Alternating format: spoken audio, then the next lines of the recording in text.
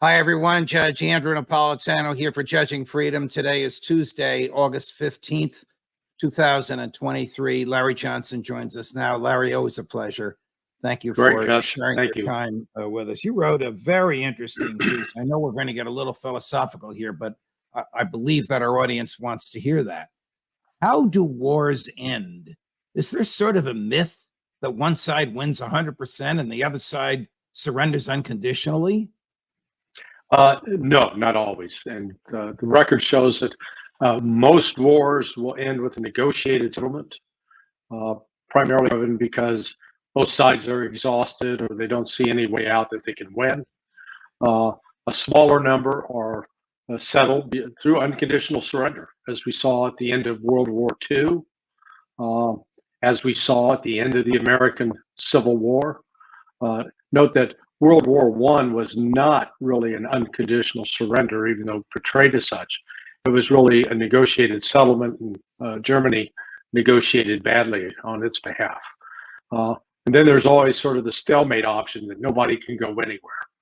So my point was in assessing what's going on right now in Ukraine, I think we're headed towards this will be one of those rare unconditional surrender moments because Ukraine has no ability to be able to force a negotiated settlement.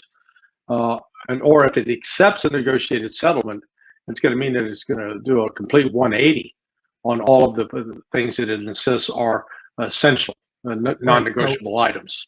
If this is an unconditional surrender, we have a lot of issues. You, Colonel McGregor, Scott Ritter, Ray McGovern, and our usual cadre have said the last thing Putin wants is to have to govern Ukraine. What would replace Zelensky that the Ukrainians can live with and Putin will accept, if not a Russian installed government? Well, one option I lay out as a possibility is a parallel with what happened at the end of the Civil War. The political leadership of the Confederacy had basically collapsed. They were still being defiant, insisting they were going to continue fighting. But General Robert E. Lee recognized that while some of his troops had the desire to continue fighting, they simply did not have the means, both through logistics, ammunition, weaponry. And so he surrendered. And it was an unconditional surrender. That Grant did provide some concessions, but they were not significant. So I think what you're looking at in Ukraine is the generals finally intervening at some point, saying, look, this slaughter of our troops is going to stop. We cannot continue to lose like this. And Zelensky will be irrelevant because Zelensky is a puppet in all of this anyway. He's not the political force. He simply represents the powerful money that's behind him, people like Kolomoisky. So he's not in a position to call the shots. Zaluzhny or Sursky, two of the generals, they don't necessarily get along, but one of them or some other generals we've not heard of, at least in public, could step forward and force a settlement with Russia. Is it fair to say that Zelensky is not only a tool of the oligarchs and whatever other political forces have brought him and sustained him in power, but he's also a tool, you know where I'm going, of your former bosses, the Central Intelligence Agency? He may even be an asset of the CIA. Yeah, I think it's actually more likely he has a closer relationship with the Brits. But the United States and the Brits certainly share an interest in Zelensky, and I'm sure they've made some promises to him. But the history of U.S. and British intelligence agencies making promises to assets haven't always turned out so well. So how aggressive are the Brits? How aggressive is MI6? I'm starting to feel that American intelligence almost believes the Brits are more aggressive. When I asked Ray McGovern if Mossad or CIA were spying on Joe Biden in the White House, he said to me, it's more likely to be MI6. MI6 spying on the American president in his residence and the CIA not doing anything about it or not doing it itself. Do I have that right? Well, the reason the CIA might not be doing anything about it is it would be unaware of it. If the intelligence service is good, it is able to collect that intelligence without giving up what it's doing. And the British have a much longer tradition of using intelligence operations. Candidly, the United States was sort of a student at the knee of that instructor coming into World War II. The United States didn't really have a history of using intelligence officers in an organized fashion. So it became formalized, institutionalized in the aftermath of World War II and reflected heavily of British influence. Bringing us back to where we started. If the war were to end because the Ukrainian generals decide this is just a slaughter, we can't go on anymore.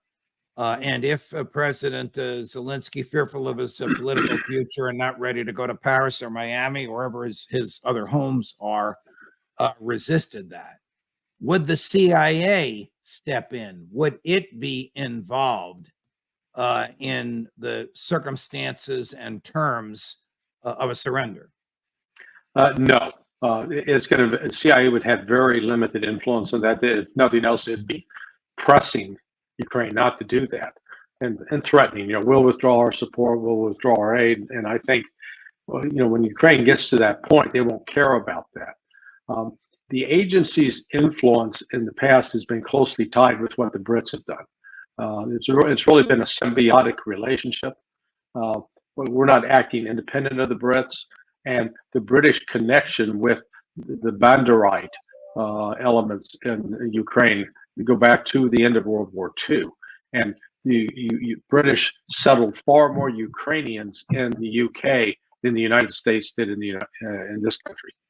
The other day, you and Ray McGovern and Colonel McGregor and I saw a photograph of a Ukraine, I guess, a squadron. Were Ukraine military. There appeared to be about a dozen at the most. They had a Ukrainian flag and a Nazi flag with a Nazi swastika on it. A, were you surprised? B, do you know who the hell they were? C, why on earth would they be doing that? Yeah, that's actually a fairly old photo that came out about a year and a half ago. It's members of the Azov battalion. So this glorification of the Nazis has been a part of a minority of Ukraine's population in the West. Everybody to the west of the Dnieper River, going over towards the Polish border. They have a history. Part of it was tied into Catholicism as well. The anger of the Catholics against the Eastern Orthodox Church that was associated with the Soviet Union and with Russia. So this legacy of celebrating all things Nazis has been passed down grandfather to father to son to grandson. It has, the videos were pretty prevalent all over the internet 2-3 years ago. YouTube's taken a lot of them down, but you could see annual celebrations. Remember, it was 1942, 43 when von Wachter, the Nazi governor general, recommended creating an SS battalion out of Ukrainian volunteers, and that was done. So you had Ukrainians that were part of not just the German army, they were part of the Nazi SF, which was reflected a higher level of ideological commitment. Does this, I don't want to get too deep into it, but does this variant of Nazism have the racism and anti-Semitism that the German Nazism had? Yeah, no, absolutely. In fact, there are several videos of one of the leading members of Azov going around targeting homosexuals, targeting gypsies, beating them up on the streets. The same kind of thing you saw with Hitler's brown shirts. Surely President Zelensky, himself raised as a Jew, I don't know if he practices, but he's culturally Jewish, must be aware of this. Yeah, but this is, Judge, when you look at the history in that part of the world, I mean, go back to World War II. There were several Jewish people who directly collaborated with the Nazis. I mean, even George Soros's father reportedly collaborated with the Nazis back in World War II. That's how they escaped the Holocaust. You had Jewish leaders that were running major ghettos like the Lodz ghetto that all the Jews ended up being exterminated there, including the guy who thought he was currying favor with the Germans by running the place, and finally they ended up executing him as well. I want to show you President Zelensky. I won't say ranting, but reporting, whatever you want to call it. You can characterize it as you see fit, on corruption in Ukraine. It's almost like Claude Rains and Humphrey Bogart in Casablanca. There's gambling here? I'm shocked. Yeah. There are 112 criminal proceedings against officials of the territorial recruitment centers. 33 suspects, regional, city, and district military commissars, employees of the military medical commissions, abuses in different regions. Some took cash, some took cryptocurrency. That's the only difference. The cynicism is the same everywhere. Illicit enrichment, legalization of illegally obtained funds, illegal benefit, illegal transportation of persons liable for military service across the border. Our decisions are the following. We are dismissing all regional military commissars. Is he the head of the corruption? I thought you were going to show me a video of Joe Biden decrying anybody that was involved with selling foreign influence. Now, this is the case. All we talked about was the weather. Hunter called me from Kyiv to ask me about the weather in D.C. Yeah. So here's Zelensky, who's an expert in the corruption. I mean, the reports about the wealth he skimmed off with homes in several locations around the world, including Miami Beach. So he's an expert in corruption. I think actually what he's doing here is pretty dangerous, because everybody knows that he's on the take, that other people are on the take, but those who are now being victimized, being used as examples for punishment, I bet you they have friends and relatives that will be seeking revenge. And because, nothing the criminals hate more is hypocrisy. And this kind of hypocrisy from Zelensky is truly galling. Let me show you President Zelensky attempting to be serious, acting as if it's a foregone conclusion that Crimea will be returned to Ukrainian jurisdiction. And you have argued persuasively World War III will occur before that happens. But right here he is. Tell me what you think. Today, I held a meeting on the content of our return policy, specifically regarding Crimea and its reintegration. It is obvious that after the liberation of Crimea from occupation, economic opportunities, personal security for people, and a sense of real freedom, which has not been there since 2014, will return there. But all of this should not be just abstract. Every detail of the deoccupation of Crimea should have a specific meaning. How exactly normal life returns, what exactly this means for Crimea and for all our people. This should be clear to everyone. Step by step, we are making the deoccupation of Crimea more and more achievable and well thought out. Who but the most incredibly naive could take that seriously, Larry? I guess his next subject was to talk about the Ukrainian space program and its plans to land on Venus. I mean, there's a greater chance of that happening than Ukraine retaking Crimea. They simply do not have the military force. They're entirely dependent upon the West for financial and military aid and ammunition and intelligence. Other than that, they're a pretty powerful unit. So it's delusional, and this is reminiscent, if you will, of Hitler and his bunker in the final days. The Russians are closing in, and he's directing armies to go hither and yon, armies that don't exist. And that's what Zelensky is doing here. How much longer do you think Zelensky and his pretense of directing military activity will go on unimpeded? That is, before his senior generals say, enough's enough, I'm not sending my guys into a meat grinder anymore. I think he's got another 4 or 5 weeks tops, because as the fall rains come in, and it appears that this is going to be a much tougher winter than last winter, the level of slaughter that they've endured is not going to sit well with them. And so at that point, what you're looking at is a full mobilization, forced, coerced mobilization. And then you got to figure out where to train those troops. And then you got to figure out how you're going to cobble together another offensive without actually having the means to succeed. It's in the same situation they're in right now. Russia's not going to get weaker over the next 6 months. Ukraine is. If General Zaluzhny, the commander, and his colleague, who commands another part of the military, the two that don't get along, but they're the two senior people, decide that right, thank you, decide that enough is enough, will the CIA, from its surveillance, know that they have made that decision before it is put into effect, and will they do anything about it?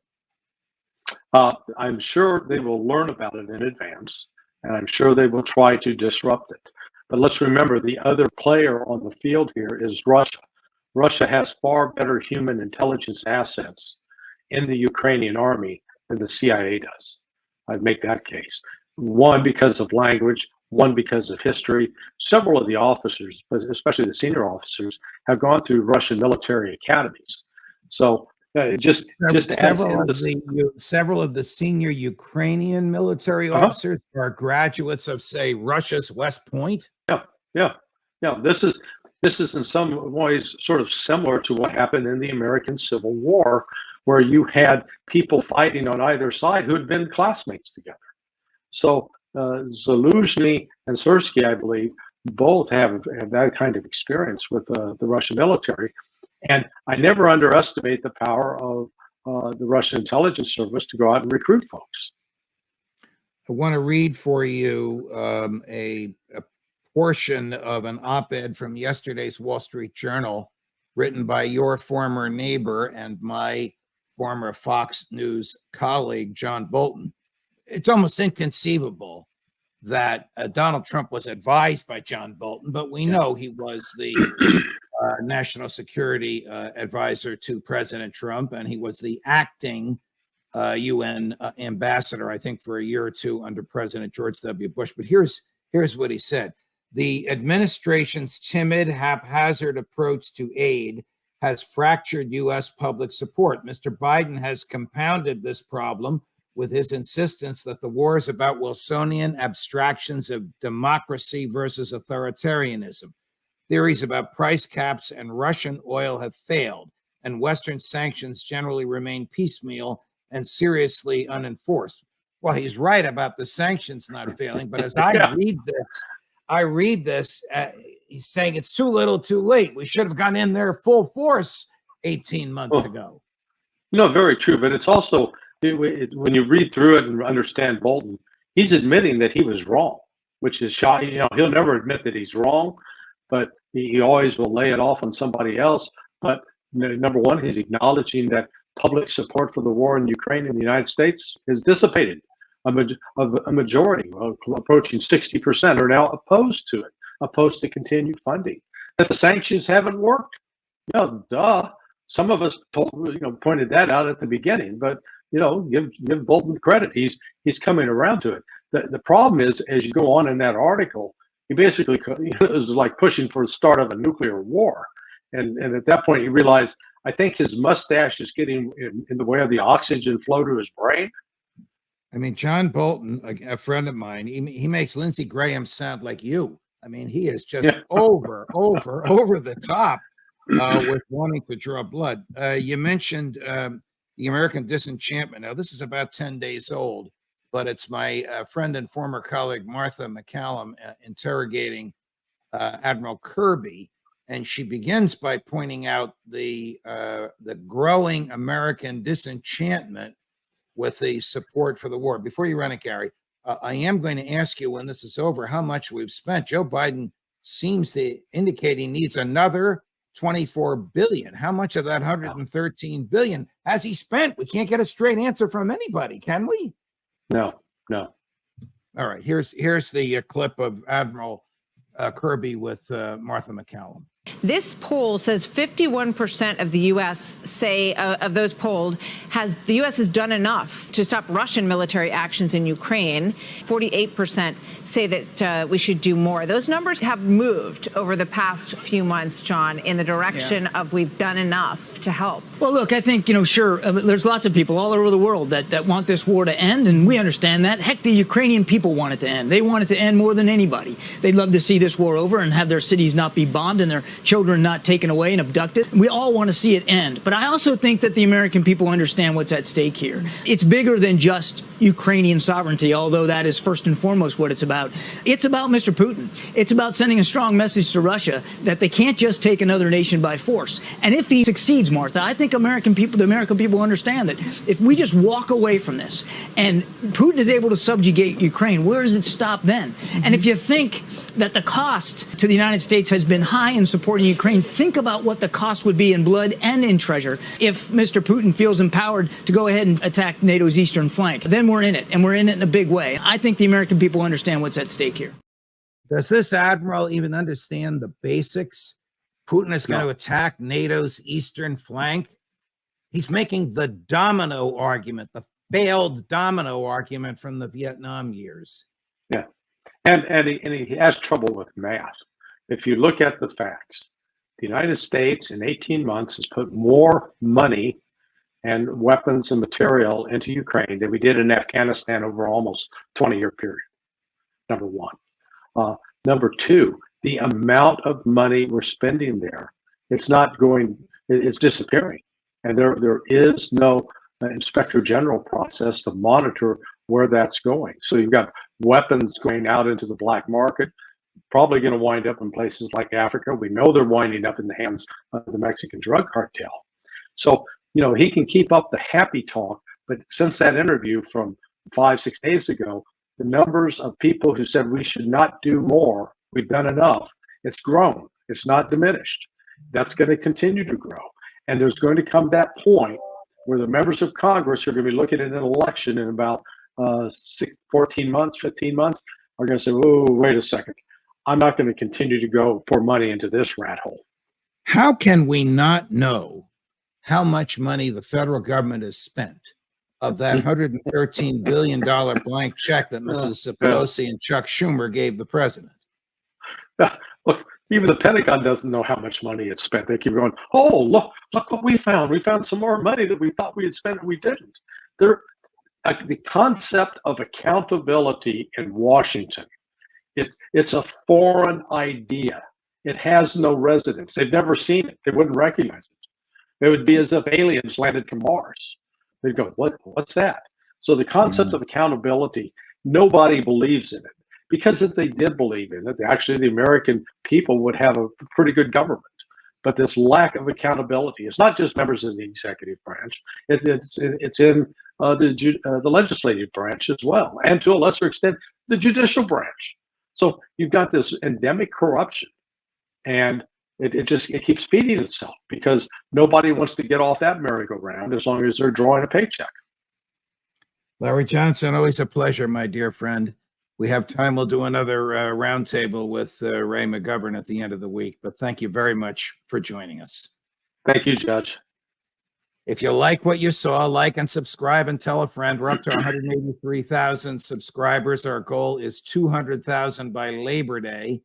That's 2.5 weeks off. And tell your friends what we do. We're looking out for your liberty. Judge Napolitano for Judging Freedom.